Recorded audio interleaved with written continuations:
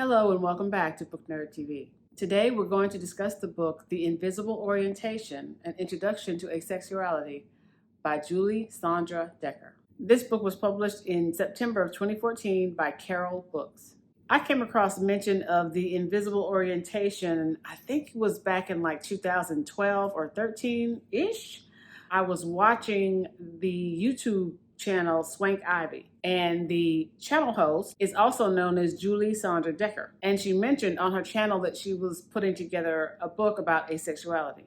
And I thought, well, that would be interesting because at the time she was doing a series on her channel called Letters to an Asexual, and it was in reading these letters that she would respond to the letters. She would respond to the letters with a lot of snark and sarcasm, and it was funny up to the point where you realize that the letters were actual letters that people sent to her, I guess, asking her about asexuality, or they were a lot of times attacking her assertions of her identity as an asexual, attacking asexuality as an orientation, offering these sort of ridiculous, cruel, outrageous reasons for why Swank Ivy felt the way she felt, lived the way she lived, what have you. And I say all of this to say that if you go and look for the Swank Ivy channel, I believe the channel is still on YouTube, and I believe Letters to an Asexual are still up. Those videos are still up.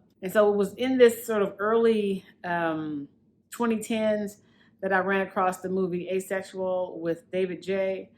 And so the movie is not a fictional movie, it's a documentary. And it really mostly follows David J. and sort of his lived experience as a person who comes to define himself, and I think it's still himself, as an asexual, and the movement that he ends up creating around this new sexual orientation.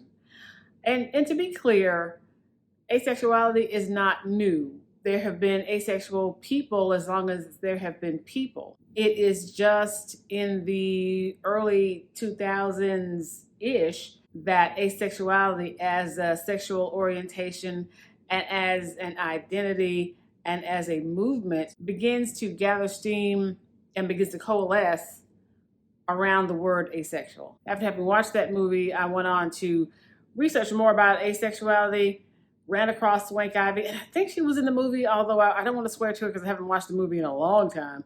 But I did run across Swank Ivy's channel on YouTube, and I started watching.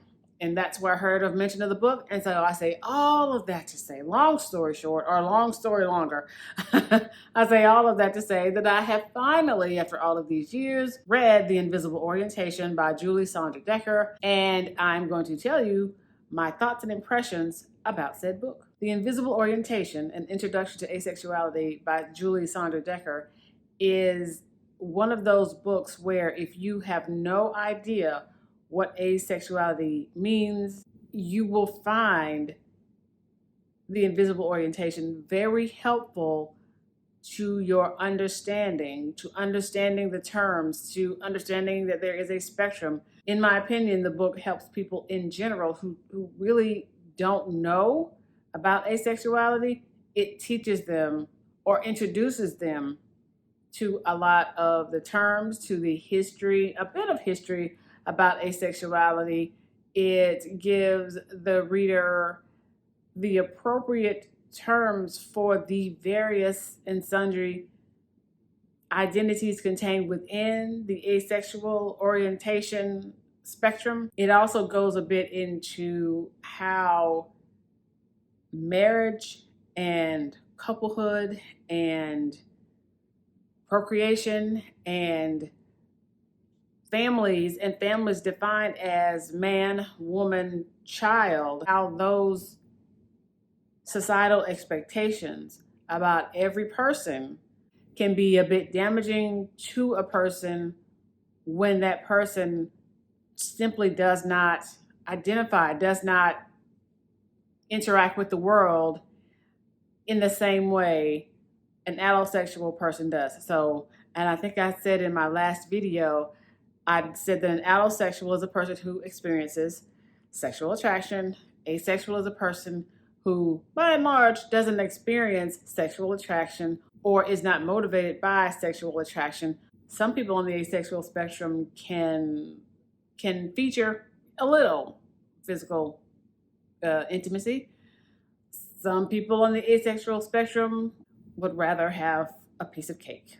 And so Decker dives into all of these terms and these definitions, and you get the terms and the information to help you start to wrap your head around asexuality as an orientation. And this helps you whether you are a person who is allosexual and you're interested in asexual as an orientation. It helps you if you're a person who's questioning sort of your interactions with the world and why it's not really based on sex or sexual attraction. It gives you language to help you further investigate who you are as a person. Might this term asexual apply to you? In addition, Decker interviews various and sundry people who identify as asexual, and you get their stories of coming out or of discovering, wait, this actually applies to me as a human being, and that doesn't make me weird, and that doesn't make me wrong or bad. I'm just asexual and it's okay. I hope I'm not being disjointed here because I feel like I'm jumping around all over the place. But what I do want you to know is overall, The Invisible Orientation I felt was a very good book. It does what the author sets out to do. It educates you, the reader, about asexuality as an orientation. There is some information about sort of organizations, asexual organizations. I think AVEN may still be an organization that's viable, and they're doing, I think it's Asexual Awareness Day, Week, Month. I don't know if it's up to the month part yet, but I believe there is the day and the week, and I will put Asexual Awareness Day, Week, Month, whatever it is. I'll put it on the screen as well so that you will know as well. But overall, Decker accomplishes her goal of educating people about asexuality as an actual identity, actual sexual orientation. Touches a little bit on some of the politics therein within the LGBTQIA spectrum of identities. And if you are someone who is interested, whether because, personally you may identify as asexual, or you may know someone who is asexual, then The Invisible Orientation is a great book for you to give you some terms and to give you some background on different asexual experiences. And let's be clear, Decker did not capture the full, entire, complete spectrum of asexual experiences experienced by every single person on the planet. That is not what the book does. What it does is help lay a foundation of asexual awareness. I don't know of a author or book that could capture the complete spectrum of experience, because I think, as I said in the last video with Ace by Angela Chen brings to the conversation discussions around the perspective of people of color, BIPOC, Black, Latino, Asian, Arab, I don't know if there was an Arab person, but disabled persons, brings those experiences into the conversation about asexuality, because it is often excluded or ignored, which is not to say anything negative about Decker's book. Decker put this book out, almost 8 years ago. And I think, and I could be wrong, but I think she acknowledges that she didn't include very many people of color in the book, and that was something that was needed. And if I'm wrong about that actually being in the book, I feel like I've watched her channel or watched her talk about it subsequent to the publishing of the book, and she acknowledges that people of color were not as well represented in her book as they could have been. So yes, in this month of Pride, I've given you 2 books that you can read about asexuality and the experience of some people who identify as asexual. So if either of these books interest you, feel free to pick them up. And I read them to see how they would be in conversation with each other. But I just feel like if you are aware of asexuality and you just maybe want to know a little bit more about the orientation, then you can read Ace. If you're just at the beginning of your journey, and you're interested in knowing more about the asexual orientation, well then the invisible orientation might be a better, in my opinion, might be a better book for you to start, because it's the asexual orientation 101, if you will.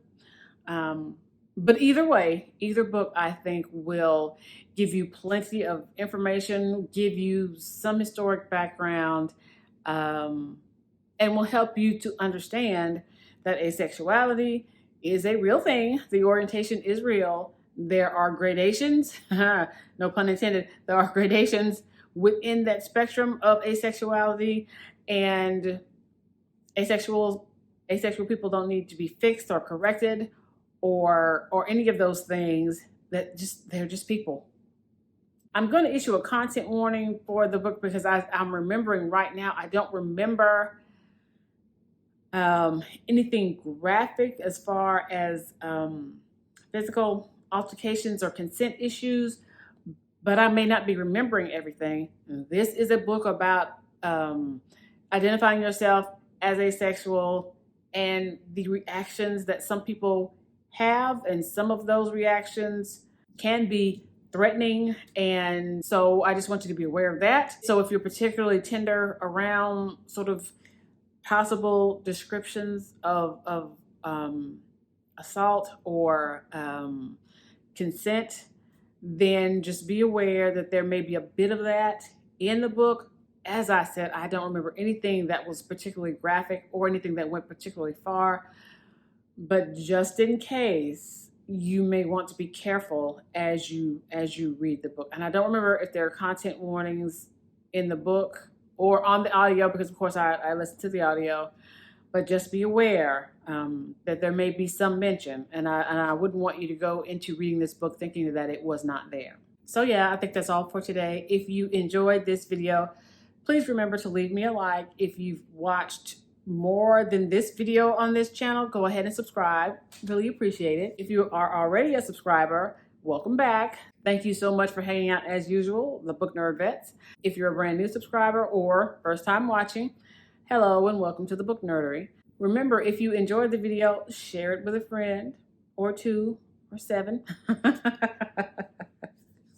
But I really do thank you for watching. If you have any comments or questions about the invisible orientation, an introduction to asexuality, or if you have any questions about ACE, what asexuality reveals about society, desire, and the meaning of sex, then please leave me some comments below.